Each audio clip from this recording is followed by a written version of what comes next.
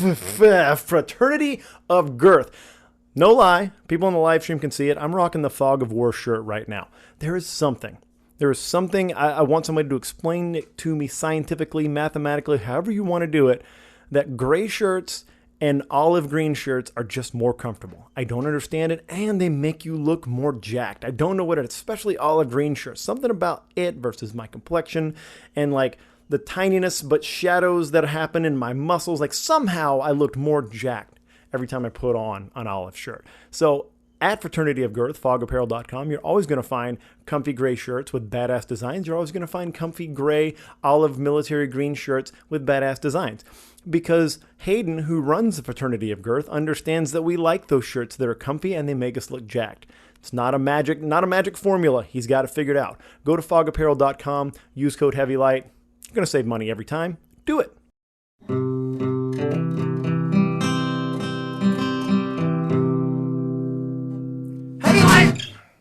We know the score at this point, right? We all know that we're locked up.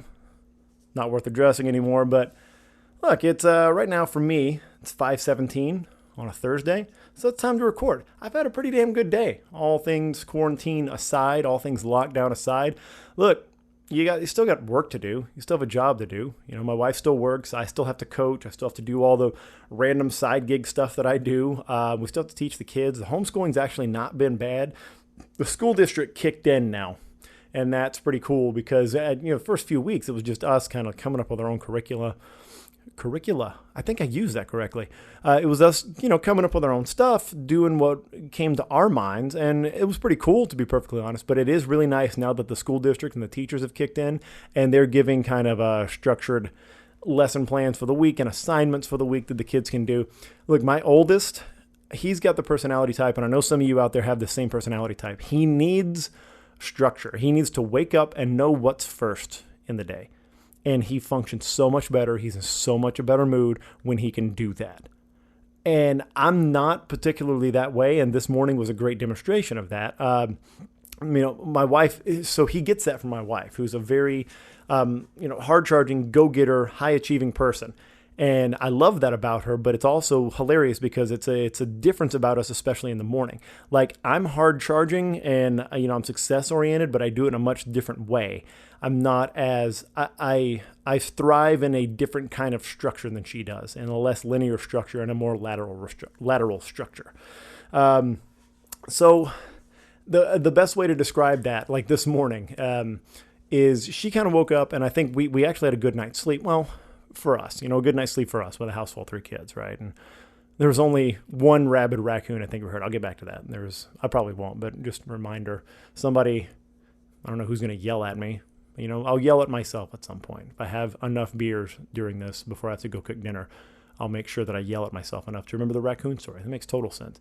But yeah, some rabid raccoon noises, but a good night of sleep for us. So we woke up feeling, relatively recharged.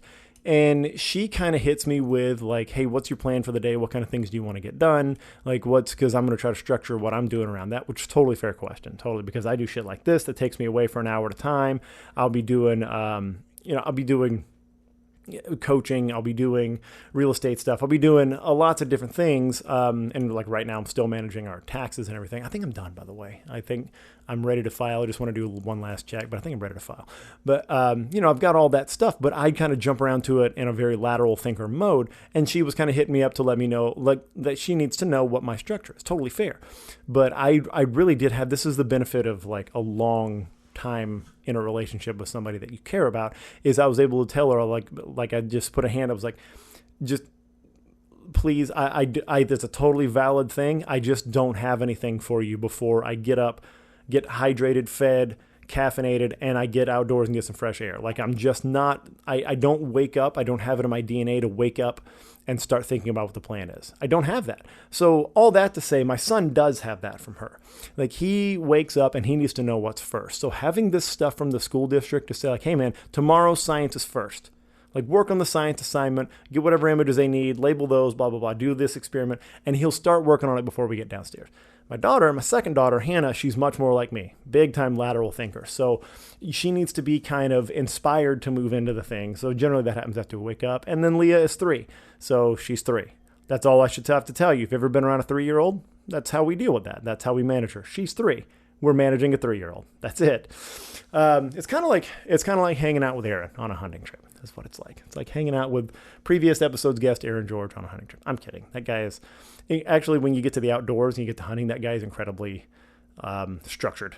He's always disciplined. That's one thing Aaron has never lacked, but sometimes structure and direction, he and I both kind of falter in that. But when he's in the outdoors, he's actually really, really good about it. He's the guy you want out there.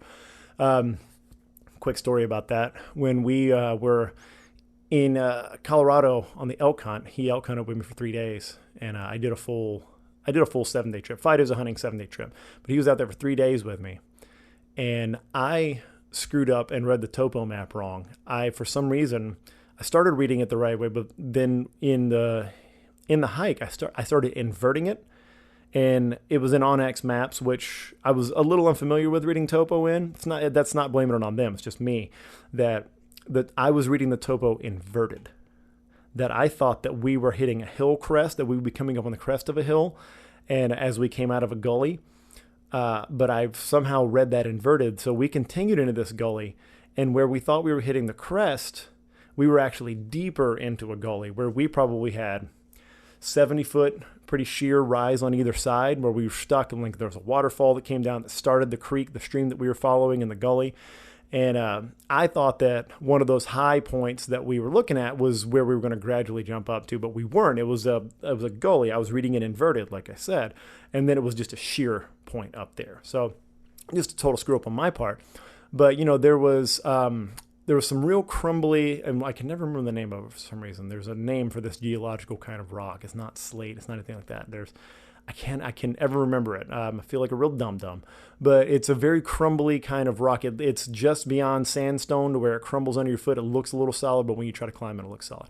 And I was so intent on fixing the mistake that I said, like, fuck it, let's do it. I can get a tree limb up there. Like, I've got a decent pack that, is going to hang on to me. I can kind of, fall back on my butt if I slip. Like, I had all these plans, and we kind of tried to broach it a little bit.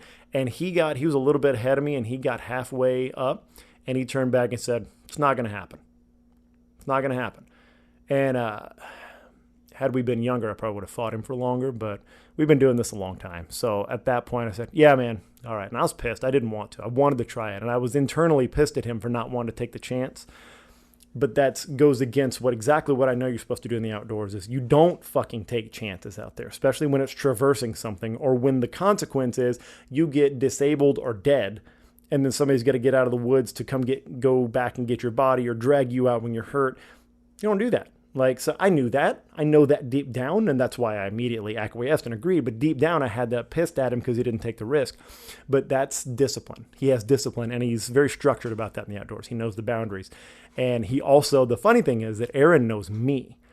And he knows that I will, if given enough time and the right motivation, no matter how mature I've gotten, that I will eventually start considering a risky play to make progress and jump ahead of the line, that I will be a risk taker, that I'll do it. So he knew that well enough that he had to cut me off before there was any satisfaction gotten of me trying to feel like before I got as high as he did. And I listened. So, but yeah, certain people are like that, man. Certain people, they have, I don't think Aaron's exactly like, my wife and my son are. I don't think he's that exact type A. I don't think he needs that, but Evan is definitely that. And him having structure to start the day has been really good. So if you're wondering, yes, I did eventually, get fed, hydrated, caffeinated, and got outside. And then I was able to get a structure for the day. It turned into a pretty damn good day, by the way. We did a little bit of homeschooling stuff. The kids are kind of ahead of the curve. It's the first structured week from their school. So I was, Spencer watching the live stream. What's up, buddy? Hey, you're a nerd. He called me a nerd in the live stream. Man, I thought we were cool, bro. But yeah, they got through pretty quick. They've been moving fast. I'm really proud of them. It was the first week, so I think the teachers obviously took it a little easy on them, get them used to doing this thing electronically. And so we just decided, like, look, we got thunderstorms coming. The thunderstorms now have come and gone. It's actually sunshiny outside, but I bet it's miserably humid. But we had to beat the thunderstorms, so we just got out. We went. We wanted to go hike a trail near our house. My middle daughter, Hannah, she's 7. She's been wanting to learn how to fly fish really, really bad. She always says it, but then when we get out there and her brother and her sister out there, she kind of would rather play. But so at some point, I'm going to have to take her by herself. But I took the fly fishing rod and left it in the truck for the first hike, and they just kind of played and ran. They needed the outdoors really bad. I needed it too. We just needed to breathe the fresh air. We hiked for a little bit, and of course, then Lee had to go to the bathroom. So luckily, we weren't far from home, so we kind of ran back home. And if you're a parent, you'll appreciate this.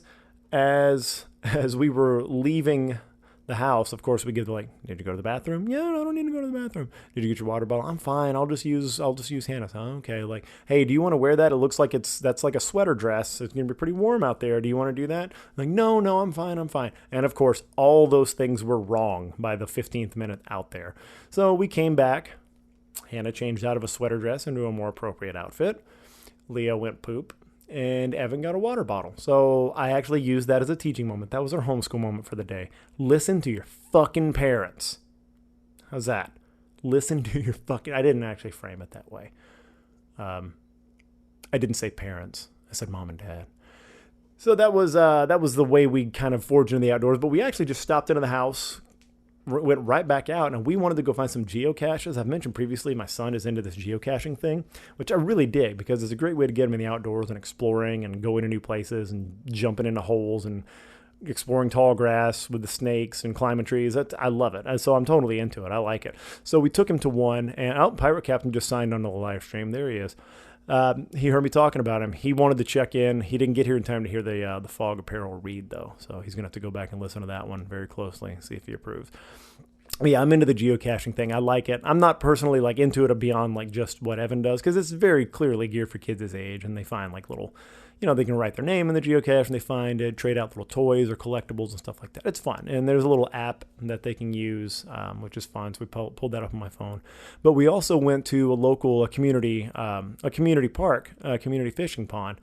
And that's when I took the fly rod out. And the kids wanted to go explore, find another geocache with Ashley. So I said, hey, I'll stay here and tie up the fly rod. So I was just kind of watching this lake, this little pond, actually. And I knew that they stock rainbow trout in this thing. And I knew that there were sunfish in this thing. And I knew that there were some smaller bass floating around, all that kind of stuff. So I didn't do anything complicated because I thought I was going to be teaching Hannah. So I just tied on a black ant, if you're familiar with fly fishing. That's basically the universal, I'm just going to try to get the easy fish kind of. So I tied a black ant on, just kind of threw it around where a tree branch was overhanging, classic presentation. And seriously, 2 casts after the kids left, I pulled in a pretty good sized little sunfish. He was a mature guy, big old yellow belly on him. And then I sent a little video thing to Ashley. She was like, no way. We're all so bad at fishing that whenever anybody catches one, the response is what? No, that's not possible. People don't catch fish. We're still shocked every time it happens to somebody. And so they came back, and then I cast a little bit longer, and the kids are starting to whine about the heat. It had been 40 minutes, so they're whining about 85-degree heat. Clearly, they're not acclimated to Texas heat yet. They're not acclimated back to summer because they're it's 80. I'm so tired. My head hurts. They're just whining. It's it's 85, and it's been less than an hour. Y'all are going to have a tough time when summer comes around. But, whatever. They're kids. And honestly, the 3-year-old was the toughest of the lot. And I'll put that out there because she's a savage. She don't give a shit. And so I cast a little bit longer. And I pulled in one more tiny little sunfish. And the kids got to see it. I let them touch it and everything. Still, Hannah wasn't really in learning mode. She's too distracted. She's too whiny by that point. But I really want to get...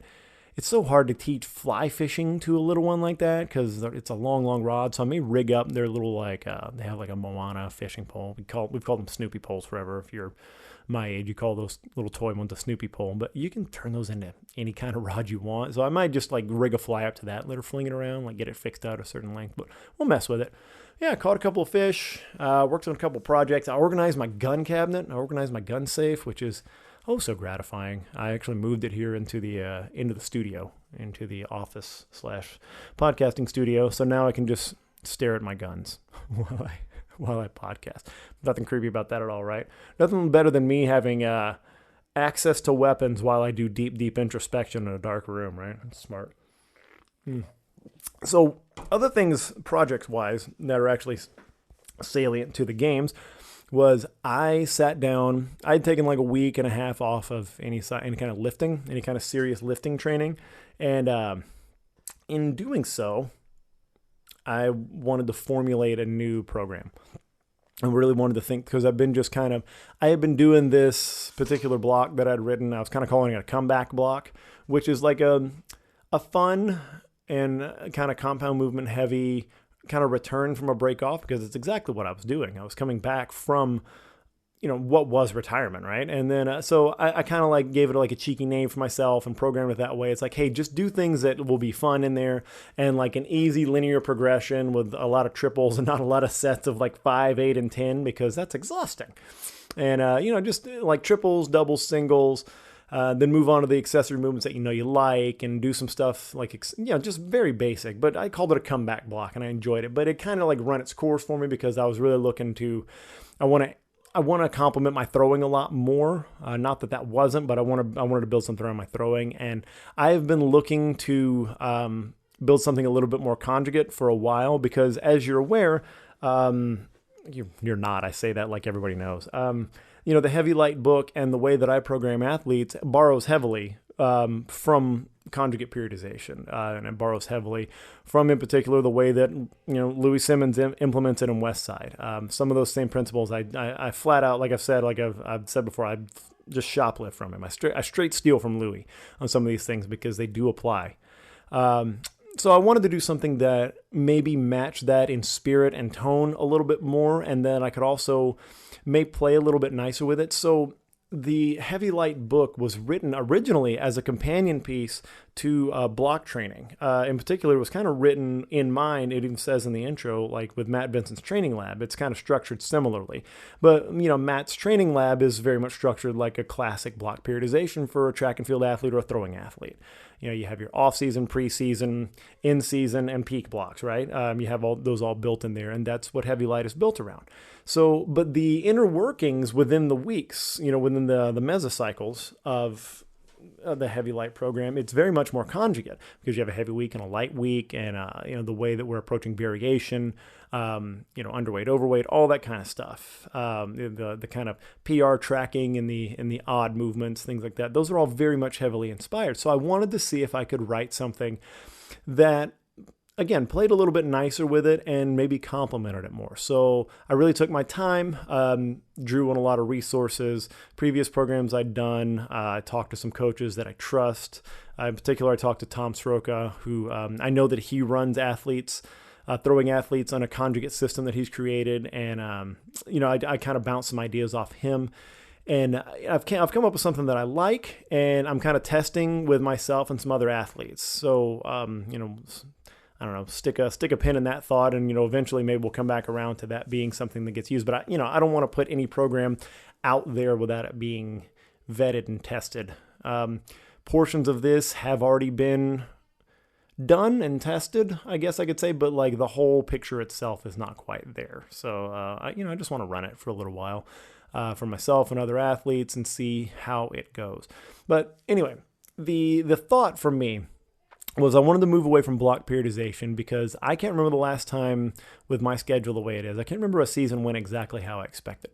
I can't remember the last time that it was like I had a clear cut between off-season, preseason, when my first games was going to be, and then my early season, and then when I was going to peak or mid. None of that applied to me. Because I don't compete as often as I used to like 7-8 years ago. I'm not doing 20 games a year. I'm maybe doing 6 to 10 at the most if I do a great year of like, that's just how it goes. I can't travel as much. I can't be away as much. I have responsibilities. I have things that I'd rather do sometimes, especially when it gets to be fall. Fall's hunting season. And like, I consider spring and summer kind of my Highland Games season. I consider fall my hunting season. And I mean, I hunt year round and I hunt and fish year round, but that's really, it's big game season. It's deer season. So, that's holy. There's sanctity there. Like, what's what I'm looking for here. That's sacred.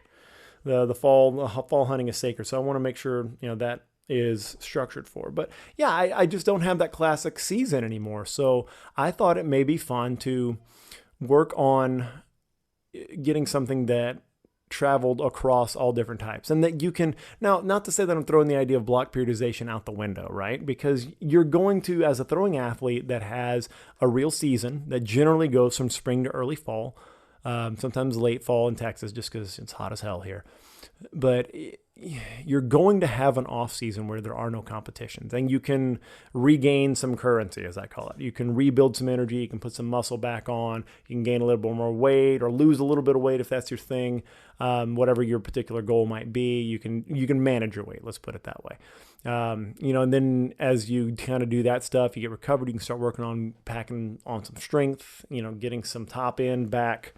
And then roll into a season again, start getting explosive and fast and getting all that, building up that energy bank, that currency, as I like to call it. Build up that bank account of energy and your nervous system and your ability to withstand training, all that stuff. Build up that bank account so you can start spending it when the season comes around. So that's not going to go away. And so it's not like the entire idea of block periodization is going to go away, but I think the mesocycles and I think what happens within those blocks I think is going to be much more like a conjugate system. And so far, so good. I'm liking it a lot. And, I've gotten to, yesterday, I didn't train today, but yesterday I trained and, I've kind of had this kind of ready to go for a little bit, but before I started, before I got too many weeks in, I wanted to make sure I had everything vetted, but I'm pretty well into it now. And so far, like I said, so far, so good. The biggest change that I'm probably making is based on a recommendation from Tom to do a little bit more alternation of my max effort and dynamic effort days with what weight of implement I'm using, because that's something I have to be much more sensitive to now. Because if I'm using heavy light type programming, there's basically a heavy week and there's a light week. And that is hard to make compatible with something that, alternates, that let's say like you have, if you do 2 max effort days in a week, and generally like I'm putting 3 training days in a week, right? I don't know why I say I don't want to give away too much. Like there's a big surprise ending. Like there's, in the way I've originally structured it was 2 max effort days, and then a third day, which would probably be a more dynamic, but more Olympic lifting and bounding type of day. And then, on alternating weeks, there may be a little bit more repetition method built in just for, maintenance, all that kind of stuff. But yeah, 2 max effort days in a week. And then if that is in the same week that you're throwing all your heavy implements, I think that could be a bit much. And I think that could be spending too much out of the bank account, to use my own terminology there. I think that could be spending a little bit too much. Now, could my athletes and me, could we do that for a week? Could we do that for 2 weeks? Could we do that for a month? Maybe, probably. Everybody's tough enough and they lift enough where they could do that. But over the course of a season, is that going to be sustainable? I don't think so. So I'm moving more towards, based on that conversation with Tom recently, I'm moving more towards an alternating ME and max effort and dynamic effort across the week, and going back and forth, and then having that third kind of that odd day, that's more of like it's technically a dynamic day. They're always going to be either dynamic or repetition method. I'm going to always tilt towards dynamic in a thrower's workout. And, but yeah, like alternating that and trying to keep some distance between max effort days and the heaviest implements we have, like the 56, the 42, or the 28 for the women, or 22-pound hammer, or all those things. Like keep ourselves, even the Braemar stone. Yeah, I don't think the Braemar stone is nearly as taxing as those other two, but still, the heavy stone, as I call it. I don't really call it Braemar in my programming. I call it heavy because it depends on what we're working on. But yeah, like keeping the max effort days away from those, I'm going to mess with that and I'm going to see how that works. I have a sneaking suspicion that is going to be something that's useful and that's going to work. And I think I know that I've seen other athletes that have programmed themselves that do something similar. And I think you do have to periodize your throwing a little bit differently than maybe I had done in the classic heavy light book when you're running a conjugate system. So, but that's also the beauty of it, is why, when I program athletes in the heavy light group, I don't tell them like Monday you're doing this, Tuesday you're doing this, Friday you're doing this. I just give them day 1, day 2, day 3. And, the implication is there that they can, and this is expressly said to anybody that talks about it with me, is that you can do those on any day you wish. If depending on how your training is going, how your scheduling is going, if you have to cram 2 days into one, go for it. Just be aware of that in the rest of your week and the rest of your training, how that works. So that's in terms of like, it's funny because my whole quarantine here has really been defined by crafting. I've been woodworking like crazy. I've been making stuff out of scrap wood. I've been building a squirrel trap, which worked, by the way. If you're watching my Instagram story, we caught a squirrel in the squirrel trap and we released it in the green belt. So my little seesaw with the trapdoor squirrel trap, it worked. We got one. So the kids really loved that. It was cool. And he bolted, man. Once we opened it up and he like took a minute in there, but then Hannah turned the trap up and like turned it out and he bolted like a bullet to the first tree. It was awesome. Sport Kilt. So look, I've talked about it a couple of weeks now.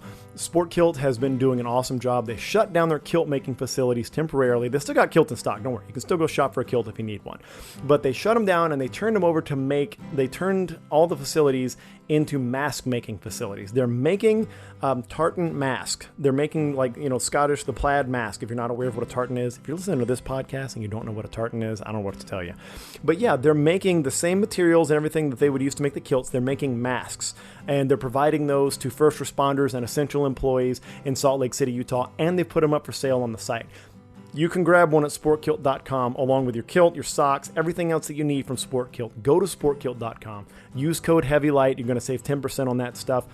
Buy a grip of those masks and pass them out to people. Do your part. If you have the means to do that, grab some masks, get them out to people because it's fucking cool. It looks cooler than a regular mask, and it has, I learned this too, even though it's just fabric, it has a slot in it that you can put filtration materials or a barrier in also, so you can kind of modify that mask to be what you want it to be. Look, they do a lot more than masks, but right now this is really important, and I have to highlight what James and the team at Sport Kilt are doing for their community and all of us. So go to sportkilt.com, grab anything you need there.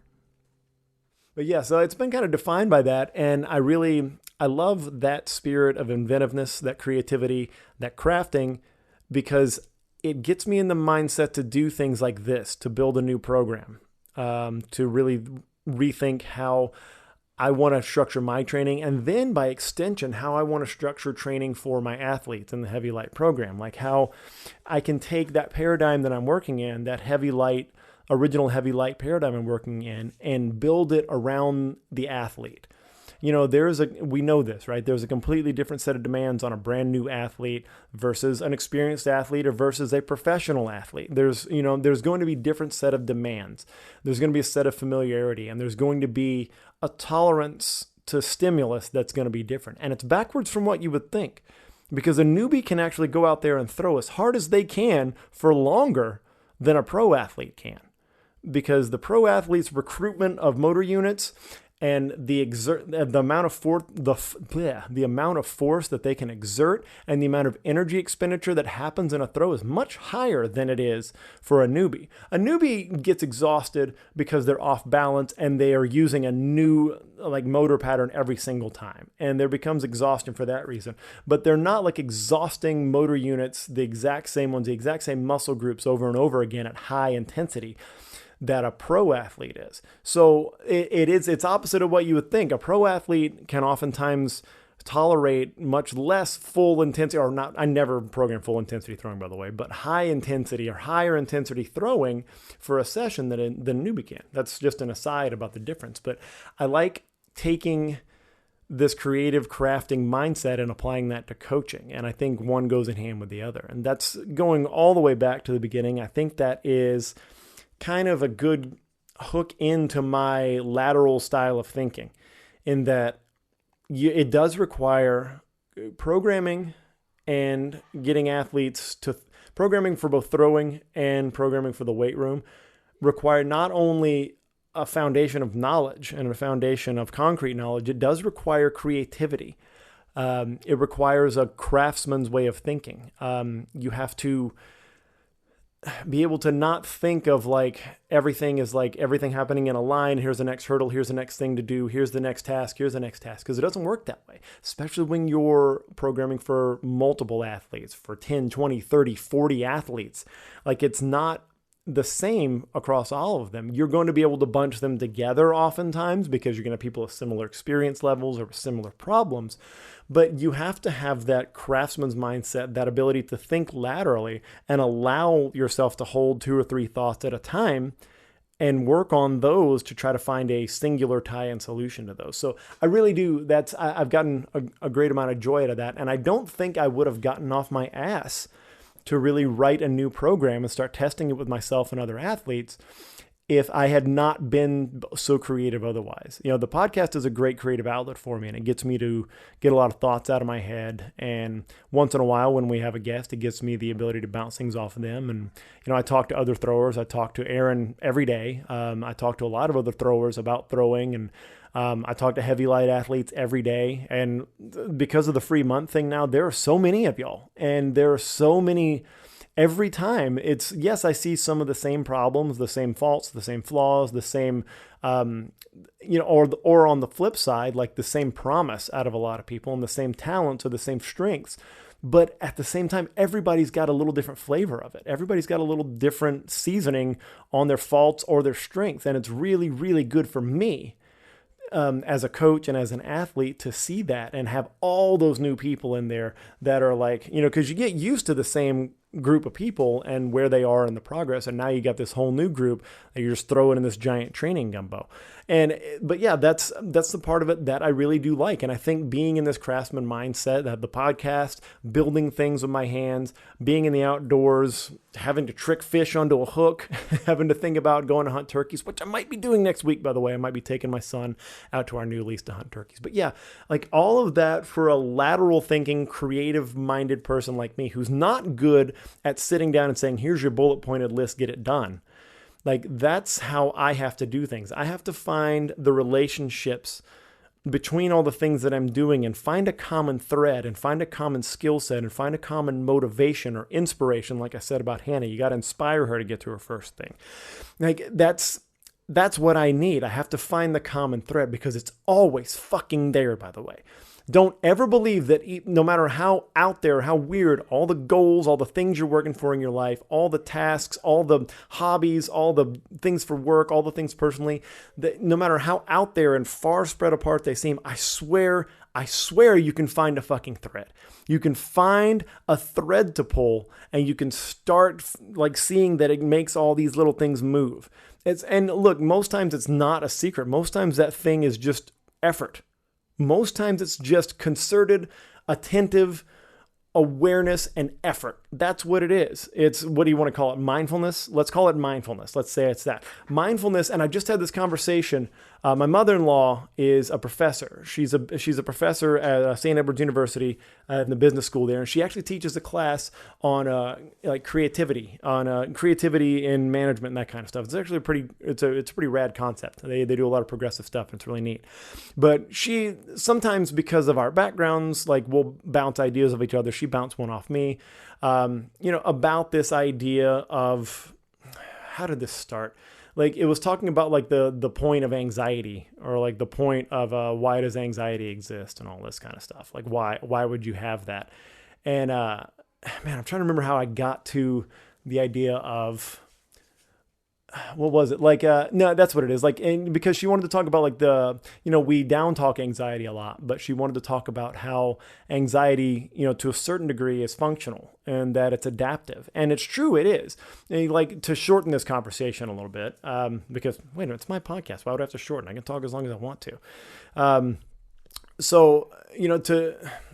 trying to just, wrap it up neatly so I don't ramble on with myself for a while. But the idea is that there's kind of an optimal level of anxiety. And this is kind of what I was helping to provide to her, because I tend to come at things with an evolutionary perspective, and that there's this optimal level of anxiety and worry that humans have kind of settled into. There's this optimal range that we generally see across most people. Like in the normal range, you're going to see people that don't worry very much. And you're going to see people that worry a good bit more. But in general, we're all in the normal range of that. But that's something that was arrived at by adaptation across generations through evolution. Because, the classic thing is like, if you're going to worry about like somebody like our ancestor on the savannah that never worried that there was a lion behind the next shrub or like a lion behind the next acacia tree or in the next patch of grass, or whatever. They never worried about it. Well, eventually they got eaten because there was a lion there. But the one that always worried about it, well, they were less likely to get eaten by the lion hiding in the grass, right? But they also spent so much of that time being anxious and worried that the energy expenditure for worrying and the energy not expended in other assets of survival, reproduction, fitness, those are a detriment. So there becomes this optimal range, but in general, it tends towards having some anxiety because getting eaten kills the bloodline. It's a pretty good way to do it. If you haven't reproduced yet, it's a good way to kill the bloodline. If you pass on that lack of anxiety to your bloodline, they'll probably get eaten early too. But being always worried probably won't get you eaten, but it may make you die in the long term. So there, you're going to tend towards there being a little bit more anxiety. But my point with that was that anxiety is generally, very broadly speaking, worrying, like expending energy and worry and thought on things that are not extant, things that are not in front of you. The problem in front of you. It's worrying about things that will be or worrying about things that are. Worrying about things that will be or worrying about things that were. Not the things that are right in front of you that are happening right then. It's worrying about the consequences or worrying about the past and how it affects now. That's where your anxiety and worry comes from. To me, mindfulness, this buzzword, this thing that all the gurus and all the Instagram gurus and everybody talk about, this idea of mindfulness and the thing that all the yoga moms like are sold on and everything. That's mean. I know lots of yoga moms. They're wonderful people. But like a lot of the people they're trying to sell to yoga moms, how's that? Talk about mindfulness. Here's what mindfulness is to me. It's working on the problem in front of you without allowing anxiety and worry to penetrate from the future and without allowing the worry to penetrate from the rear. There it is, right there. There it is. Not allowing anxiety to penetrate from behind. So yeah, that's mindfulness. There's like finding solutions to the problems, being able to see things in real time, being able to see all the things that you're trying to face down, all the things that you're trying to figure out, all the things that you're trying to conquer, or the obstacles you're trying to get past, seeing those in real time. And maybe like I'm trying to, if you're more of a creative thinking, lateral thinking, web thinker, whatever thing you want to call it, like finding a way to find that common thread that makes all those little dots move. Find like if you yank on this thread, it makes all those little dots on the map move. The map of your, the map of your goals or whatever you want to call it. God, don't call the episode "Map of Your Goals," by the way. It's tempting. It's tempting because you guys will get the joke after you listen to it. But even if you're not the creative type thinker like me, sometimes. If you're, definitely the more hard-charging type A, bullet point list, get the train on the tracks and let's barrel through everything, the same thing can apply. It's just a matter of taking care of the next thing that's on the tracks and understanding that you can't control the thing that's 5 things down until you get to the thing in front of you. That's another way to look at that for somebody that's not like me, that's trying to find these common threads so I can work on everything at once and solve it all in one big fucking catharsis at the end of my life, where finally on my deathbed I breathe in my last breath is like, I think I figured all my shit out. Like that's probably what'll happen to me. It'll take me that long, but so probably go with the hard charging train barreling through all the problems. It seems to be easier. But yeah, either way, like that's the mindset. That's mindfulness, and I think that is what got me to feeling so excited about programming. That's what's gotten me excited about training and lifting again.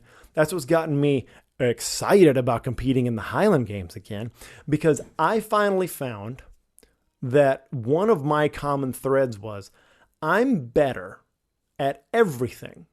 Parenting, being a husband, being a hunter, being a friend. Like I put hunter before friend. That's very telling. Very, very telling. I'm better at being a professional. I'm better at being a coach. I'm better at being all the things that I am when I am physically capable and I feel physically capable. When I'm not, that's just an anchor pulling me down from the middle, like right from the taint area. It's just an anchor pulling down from the taint, downward from the taint towards the center of the earth. That's what that feels like when when my body isn't like as capable as it could be at whatever age I am. What age am I now? Am I 61? So for 61, I feel great. But whatever age I am, like I don't expect to feel like I did when I'm 26 anymore. Actually, I'm probably a better fucking athlete now than I was when I was 26.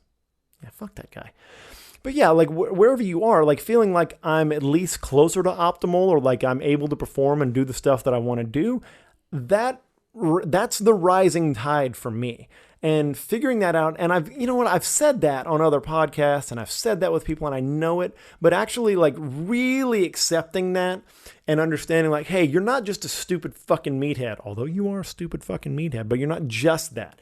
Like, it's not just you want to work out because you want to be jacked. Like, it's working out because that is a centerpiece. That is the rising tide for me. That's the thing that makes everything else go. And when I feel physically capable, I feel mentally capable. When I feel mentally capable, I'm capable of handling emotional strife and the emotions of others and the problems of others. I'm able to solve new problems. I want to seek out new problems because I want to test out that physical and mental capability. I want to try things. That becomes the do whatever that I always talk about. That becomes like, well, fuck, I feel pretty damn good. I bet I could go try this new thing, this new sport, this new hobby. I could try this new business idea. I could do all that stuff because you have that fundamental underpinning of like, my body fucking works and it does what I want it to. And there's no like single definition. You don't have to be a champion athlete. You don't have to be a professional athlete. You don't have to have played a sport in college to do all that stuff. You can be whatever level of ability that you are, whether you're, older, younger, whether you're, whether you're adaptive athlete, whether you're disabled, whether you come from a shitty background or your parents are fucking rich. It doesn't matter. There is a level that you can improve from where you're from, or you can try to optimize where you're from. Like you can do something, or you can do something for someone else even. Like those are things that are going to make you better and that will give you that kind of rising tide feeling and give you the ability to move towards the next thing. If you're able to move and you're able to improve and you're able to start to optimize things, then you need to fucking do it. You don't have an excuse. Like you don't have an excuse not to. I know things are hard and I know people have a lot harder lives than I do. Trust me, I understand that I understand that very deeply. Like I've borne witness to it in person. I've seen how hard life can be, and I've seen how much people can get beaten down by it. But if you got 2 arms, 2 legs, or if you got 1 arm, 1 leg, you have 2 legs, no arms. But if you can move and you can get something done to improve the situation of your body and your mind, then you got to do it. No matter how much it sucks, you got to do it because it is the thing. It's, to me, like I've said, it's the thread that pulls on all the other threads and makes all the little dots move on my map that I talked about, my map of accomplishment, where I'd put little banana stickers and I'd stick up colorful happy face stickers to say that I accomplished something. I benched weight today. Yeah, that's a huge accomplishment for me. Hey, for me to do bench press and not feel terribly in pain after it, there's mine. That's what's going to make me feel like I accomplished something today. To do bench press and not feel like my shoulder wants to leave my body and then fuck me in the face, that's my big accomplishment.